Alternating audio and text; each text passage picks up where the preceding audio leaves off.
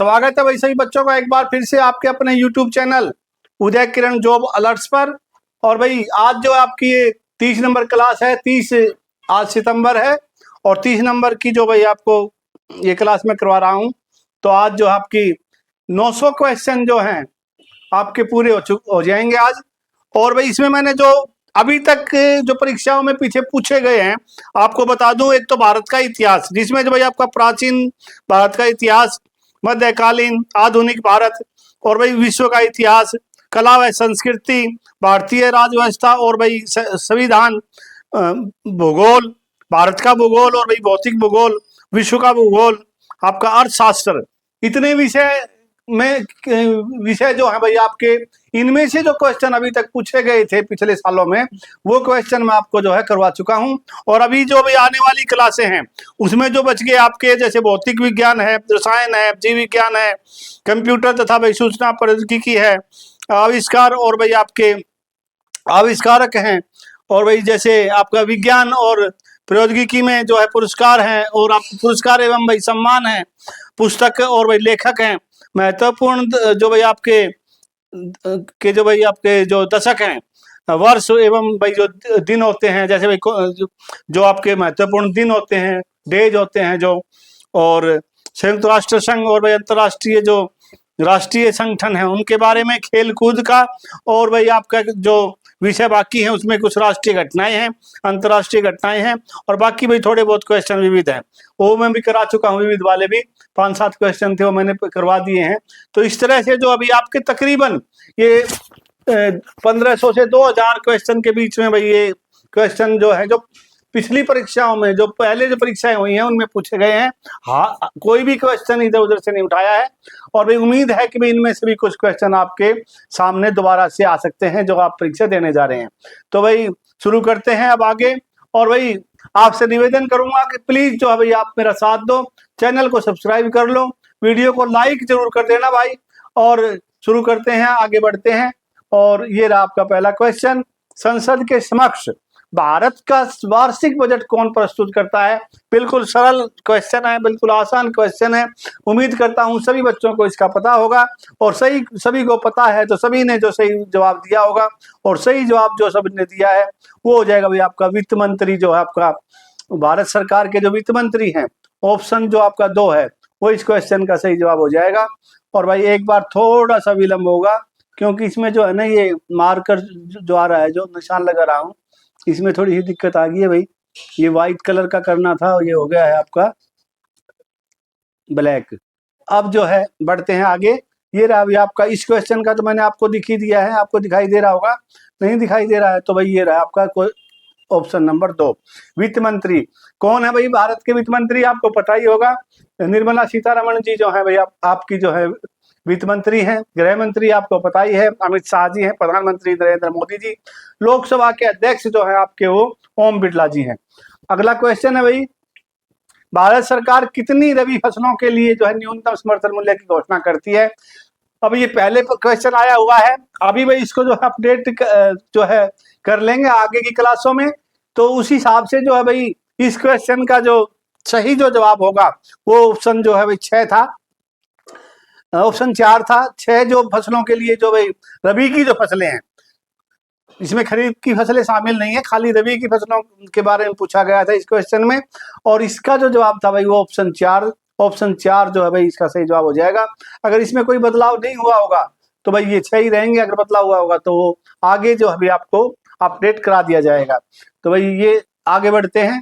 निम्नलिखित में से कौन सा क्रेडिट की शर्तों के अंतर्गत नहीं आता है वो आपको बताना है।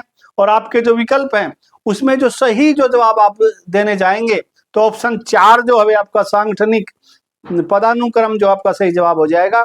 ऑप्शन 4 के साथ आप जाएंगे, ऑप्शन 4 आपका करेक्ट आंसर है। अगला क्वेश्चन है, निम्नलिखित में से क्या भारत की राजकोषीय नीति का एक भाग नहीं है। ये आपको बताना है या नहीं है। और भाई आपका जो सही जो जवाब हो जाएगा वो हो जाएगा ऑप्शन 1 जो है मौद्रिक नीति, जो है भाई आपका सही जवाब हो जाएगा। ऑप्शन 1 जो भाई आपका करेक्ट आंसर है, 1 के साथ आप जाएंगे। अगला क्वेश्चन है, किसी देश का सकल घरेलू उत्पाद निम्नलिखित में से किन क्षेत्रों में उत्पादन का योग होता है वो आपको बताना है। और आपके जो विकल्प हैं उसमें जो सही जो जवाब आप देने जाएंगे तो भाई उम्मीद करता हूं आप जो है सही जवाब देंगे। और इस क्वेश्चन का जो सही जवाब हो जाएगा ऑप्शन जो 2 है, 2 ऑप्शन जो भाई इस क्वेश्चन का सही जवाब हो जाएगा 2 के साथ आप जाएंगे। देश के प्राथमिक, द्वितीयक और तृतीयक क्षेत्र तीनों ही, मतलब पहला, दूसरा और तीसरे तीनों क्षेत्रों जो है इसका जवाब होगा ऑप्शन 2 जो आपका सही जवाब हो जाएगा। बुआई का समय प्रारंभ होने से पहले भारत सरकार फसलों का न्यूनतम समर्थन मूल्य क्यों घोषित करती है, वो बताना भाई किस लिए, उसका कारण क्या है। तो भाई आपके जो विकल्प हैं वो आपके सामने हैं। सही जवाब जो आप देंगे तो भाई कीमतों की अस्थिरता से किसानों को सुरक्षा प्रदान करने के लिए, उनके दिल में, उनके दिमाग में, उनके मन में ये शंका नहीं रहे कि भाई हम जो फसल अभी जो पैदा करेंगे, जिसकी हम बुआई कर रहे हैं, उसका हमें आगे क्या मिलने वाला है, उसका समर्थन मूल्य क्या रहेगा। तो उसका हमें पहले ही पता चल जाता है कि जिससे फिर हमारे को जो है असुरक्षा की भावना जो हमारे दिमाग में नहीं रहती, किसानों के दिमाग में नहीं रहती। और इस क्वेश्चन का जो सही जवाब हो जाएगा ऑप्शन 2, यानी ऑप्शन 2 जो है आपका विकल्प 2 है वो आपका सही जवाब है। अगला क्वेश्चन है, किसी नगर निगम द्वारा अर्जित धन का 25 से 30% भाग निम्नलिखित में से किस कर से प्राप्त होता है। कौन सा कर है भाई, वो कौन सा टैक्स है जिससे भाई उनको ये मिलता है। तो आपका जो सही जो जवाब हो जाएगा वो हो जाएगा भाई आपका संपत्ति कर, जो भाई आपकी प्रॉपर्टी कर जो होते हैं, प्रॉपर्टी से रिलेटेड जो भाई कर होते हैं, जैसे रजिस्ट्री वगैरह जब होती हैं उसमें जो कर मिलता है, उसमें जो टैक्स मिलता है वो उसका जो भाई नगर निगम को फायदा होता है। ऑप्शन 2 जो है भाई आपका सही जवाब हो गया। अगला क्वेश्चन है, निम्नलिखित में से रजिस्ट्री का तो शायद ना हो, लेकिन उसमें जैसे भाई जो अपना हाउस टैक्स लगता है, पानी का टैक्स होता है, तो ये सब जो है भाई इस पे ही है, संपत्ति पर ही लगते हैं। तो अगला जो क्वेश्चन है वो आपके सामने है, निम्नलिखित में से कौन सा प्राधिकरण औपचारिक ऋण स्रोतों की कार्य प्रणाली का पर्यवेक्षण करता है। और आपके जो विकल्प हैं वो आपके सामने हैं। सही जवाब होगा भारतीय रिजर्व बैंक। रिजर्व बैंक जो है आपका सही जवाब हो जाएगा। आरबीआई या जो आपका सही जवाब है ऑप्शन 2 जो है आपका करेक्ट आंसर है। अगला क्वेश्चन है, निम्नलिखित में से कौन सा भारत राजकोषीय नीति का मुख्य उद्देश्य नहीं है। और भाई आपके जो विकल्प हैं वो जो आपके सामने हैं। सही जो जवाब देंगे तो भाई ऑप्शन 2 ही इसका भी सही जवाब होगा। ऑप्शन 2 के साथ ही आप जाएंगे। इसमें भाई विदेशी मुद्रा बाजार में स्थिरता से कोई मतलब नहीं होता। अगला क्वेश्चन है आपका, केंद्रीय शिक्षा मंत्री और कौशल विकास मंत्री धर्मेंद्र प्रधान ने देश के छात्रों को सर्वोत्तम विकसित एड टेक समाधान और पाठ्यक्रम प्रदान करने के लिए एक एकल मंच लॉन्च किया है, और उसका नाम क्या है। और भाई किस नाम से है वो, क्या संकेत है उसका, तो वही वो आपका नीट जो है 3 जो है ये सही जवाब है। ऑप्शन 2 जो है आपका करेक्ट आंसर हो जाएगा। अगला क्वेश्चन है, भारत में सूक्ष्म वित्तीय संस्थाओं का निम्नलिखित में से कौन सा उद्देश्य नहीं है। और भाई आपके जो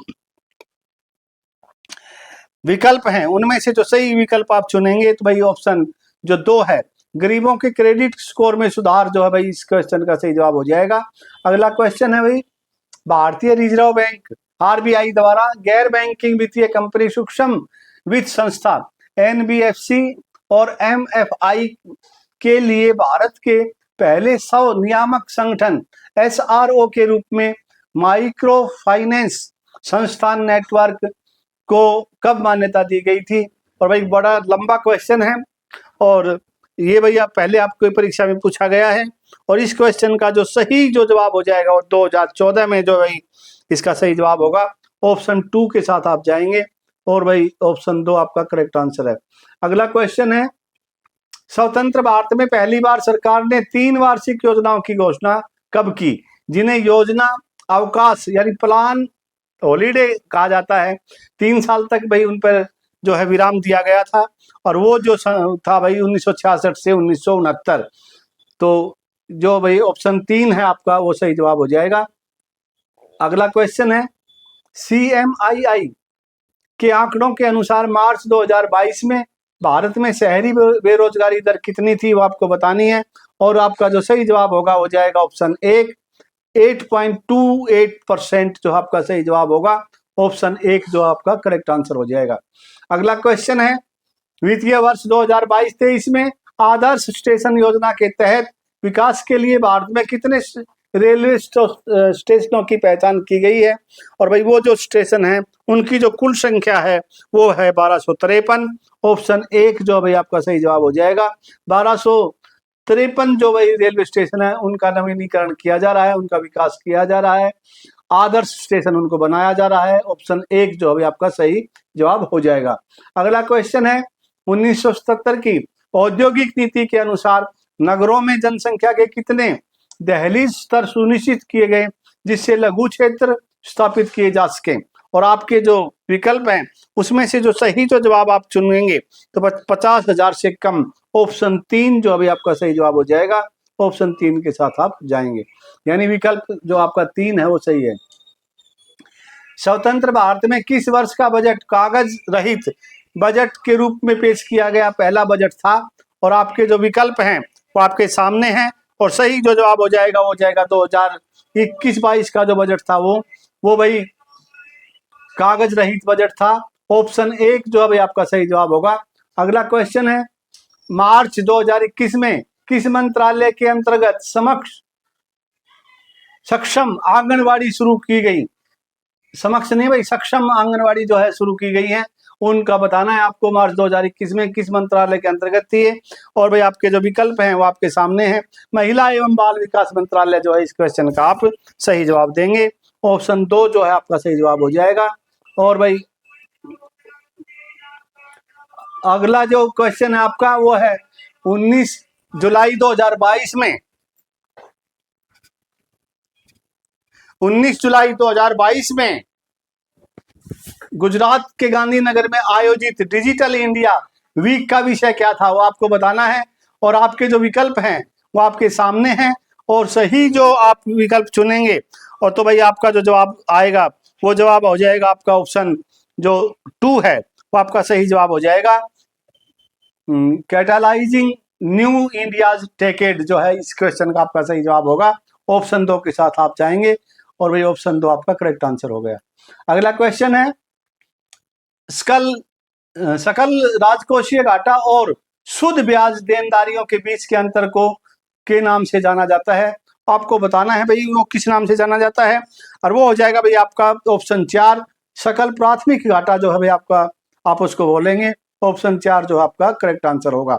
अगला क्वेश्चन है, नीचे भारत में गरीबी के आंकड़ों 2011-12 के अनुसार राज्य और इसमें गरीबी रेखा से नीचे जीवन यापन करने वाली जनसंख्या के प्रतिशत को दर्शाया गया है। सही विकल्प का चयन आपको करना है। और भाई इसमें जो 3 राज्यों के बारे में आपसे पूछा गया है, और सही जो जवाब होगा आपका हो जाएगा ऑप्शन जो 3 है वो आपका सही जवाब होगा, जिसमें कि भाई बिहार जो है 33.74%, असम 31.98%, गुजरात जो है 16.63% जो है सही जवाब होगा। ऑप्शन 3 जो आपका वो सही जवाब हो जाएगा। अगला क्वेश्चन है भाई, निम्नलिखित में से कौन सा मुद्रा आपूर्ति का सबसे अधिक इस्तेमाल किया जाने वाला उपाय है और इसे समग्र मौद्रिक संसाधन के रूप में भी जाना जाता है? और आपके जो विकल्प है उसमें सही जो जवाब आपका है वो ऑप्शन 1 हो जाएगा। M3 जो अभी आपका सही जवाब होगा। ऑप्शन 1 आपका करेक्ट आंसर होगा। और भाई अगले क्वेश्चन पे जाने से पहले मेरे प्यारे बच्चों, आपसे एक बार फिर मैं निवेदन करूंगा, कृपया जो है आप भाई चैनल को सब्सक्राइब कर लो, और प्लीज जो है भाई आप वीडियो को लाइक जरूर कर दो। और भाई ये है आपका अगला question, pharmacopoeia commission for Indian medicine and homeopathy Ayush मंत्रालय और इंडियन फार्माकोपिया कमीशन स्वास्थ्य मंत्रालय के बीच अगस्त 2022 में निम्नलिखित में से किस कार्यक्रम के प्रचार और सुगमीकरण यानी आसानी से सब चीजें मिले हो के लिए अंतर मंत्रालयों के बीच में सहयोग हेतु एक समझौता ज्ञापन MOU पर हस्ताक्षर किए गए? और भाई वो आपको बताना है। आपके विकल्प आपके सामने हैं 4, और सही जो जवाब हो जाएगा option 3 one herb one standard, यानी एक जड़ी बूटी एक मानक जो है भाई इसके जो मंत्रालय है या उसके तहत जो भाई ये किया गया था। ऑप्शन 3 जो है आपका सही जवाब हो गया। अगला क्वेश्चन है, भारत में गरीबी एक बड़ी समस्या है निम्नलिखित में से कौन सा कथन गरीबी के बारे में सही नहीं है, वो बताना है। तो भाई आपका जो सही जवाब हो जाएगा वो आपको क्लियर दिखाई दे रहा है, ऑप्शन 3। लोग गुणवत्ता पूर्ण जीवन का आनंद लेते हैं और पीने के पानी तक उनकी पहुंच है। ये जो भाई इसमें इस क्वेश्चन का आपका सही जवाब है, ऑप्शन 3 आपका जो है करेक्ट आंसर है। अगला क्वेश्चन है, Tata iron and steel company की स्थापना किस वर्ष में हुई थी, वो सन बताना है आपको। आजादी से पहले ही भाई जो ये कंपनी स्थापित हुई थी, और इसका जो सही जवाब है 1907 में जो अभी आपका सही जवाब हो जाएगा। 1907 आपका जो है ऑप्शन 3 करेक्ट आंसर होगा। अगला क्वेश्चन है, भारत में द्वितीय पंचवंशीय योजना का जो है वास्तुकार किसे माना जाता है, और आपके जो विकल्प हैं वो आपके सामने हैं। सही जवाब आप देने जाएंगे तो उम्मीद करता हूं आपका जवाब सही होगा, और सही होगा तो वो हो जाएगा ऑप्शन 4 पीसी महालनोबिस जो अभी आपका सही जवाब होगा, ऑप्शन 4 आपका करेक्ट आंसर है। अगला क्वेश्चन है, बीमा संशोधन अधिनियम 2021 निम्नलिखित में से किस अधिनियम में संशोधन करता है। यानी पहले जो बीमा से संबंधित जो भाई आपका अधिनियम था वो कौन सा था, जिसमें भाई के स्थान पर जो है ये 2021 अधिनियम आया है, वो आपको बताना है। और आपके जो विकल्प हैं वो आपके सामने हैं। सही जो जवाब आप देंगे तो भाई 1938 जो भाई अधिनियम है, बीमा अधिनियम 1938 आपका वो सही जवाब हो जाएगा। उसके जगह पे जो 2021 आया है। भारत में सामान्य तौर पर वार्षिक वित्तीय विवरण को कितनी अवधि के लिए लागू किया जाता है, तो भाई ये 1 वर्ष के लिए होता है। और भाई तारीखें जो होती है उसकी 1 अप्रैल से लेकर और 31 मार्च जो भाई इस क्वेश्चन का, ये क्वेश्चन जो भाई दोबारा या तीसरी बार पूछा गया है, तो ऑप्शन 2 जो अभी आपका सही जवाब हो गया। अगला क्वेश्चन है, थोड़ी सी जो है क्वेश्चन की भाषा बदल दी जाती है, और किसी में बोलते हैं वित्तीय वर्ष पूछ लेते हैं, किसी में ये जैसे वार्षिक वित्तीय विवरण को के हिसाब से पूछ लिया है। थोड़ा सा लैंग्वेज बदल देते हैं क्वेश्चन की, और क्वेश्चन वही होता है। तो अगला जो क्वेश्चन है ये आपका आपके सामने है, निम्नलिखित में से कौन सा संक्षिप्त नाम भारत में सीमेंट उद्योग से जुड़ा हुआ है, और आपके जो विकल्प हैं बीसीसीआई, एमसीआई। तो भाई बीसीसीआई तो हो गया आपका जो क्रिकेट बोर्ड है, भारतीय क्रिकेट कंट्रोल बोर्ड, उसका हो गया ये तो। और भाई ये एमसीआई हो गया आपका मुंबई का। एसीसी जो भाई इस क्वेश्चन का सही जवाब हो जाएगा, एफसीआई हो जाए फूड कॉर्पोरेशन ऑफ इंडिया, और एसीसी जो भाई आपके क्वेश्चन का सही जवाब हो जाएगा। एसीसी के साथ आप जाएंगे, ऑप्शन 3 जो है भाई आपका सही जवाब है। और ये भाई बिरला ग्रुप की जो सीमेंट उद्योग है उससे एसीसी जो जुड़ा हुआ है। अगला क्वेश्चन है, मार्च 2022 में डालमिया, सॉरी बिरला नहीं, डालमिया की थी भाई ये एसीसी। अगला जो क्वेश्चन है भाई ये आपका 30 मार्च 2022 में किस राज्य सरकार ने राज्य भर में हर वर्ष 10 लाख युवाओं को शिक्षा, ज्ञान, कौशल और ऊर्जा से लैस करने के लिए नान मुधलवन परियोजना शुरू की, जो उन्हें देश के हित के लिए अपनी प्रतिभा को पहचानने में मदद करेगी। और भाई आपके विकल्प हैं, 4 राज्य के नाम हैं। सही जो जवाब आप चुनेंगे तो भाई तमिलनाडु आपका जो है वो सही जवाब होगा। ऑप्शन जो बी है वो आपका सही जवाब हो जाएगा, ऑप्शन बी के साथ आप जाएंगे। ऑप्शन 2 यानी ऑप्शन बी, ऑप्शन 2 आपका जो है सही जवाब हो गया। तो भाई ये थी आज की क्लास। उम्मीद करता हूँ आपको जो है जरूर पसंद आई होगी। पसंद आई है तो भाई आप जो है, आपसे निवेदन है कि जो है चैनल को सब्सक्राइब कर लेंगे, वीडियो को जो लाइक और शेयर कर देंगे, और इन्हीं शब्दों के साथ और इन कामनाओं के साथ कि भी आप कामयाब हों। और आपने जो अभी तक फार्म नहीं भरे हैं तो भाई फार्म जो निकले हुए हैं आपके Delhi police constable, head constable, driver, वो AWO, TPO को पता नहीं वो 2-3 पोस्टें और हैं, तो उन सब के लिए जो भाई फार्म निकले हुए हैं, तो भाई जो भी इच्छुक उम्मीदवार हैं वो अपने भाई फार्म भर लें, और तैयारी आपकी जो भाई चालू है, आप कर ही रहे हैं। तो इन्हीं शब्दों के साथ जो है आज की क्लास को देते हैं विराम। तो कल फिर मिलेंगे आपसे 1 अक्टूबर को, और कल जो है भाई नवरात्रों का 9वां दिन होगा। आज अष्टमी है। सभी को जो है भाई माता का आशीर्वाद मिलेगा, जरूर मिलेगा, आप जरूर कामयाब होंगे। और इन्हीं कामनाओं के साथ में क्लास को देते हैं विराम। जय हिंद।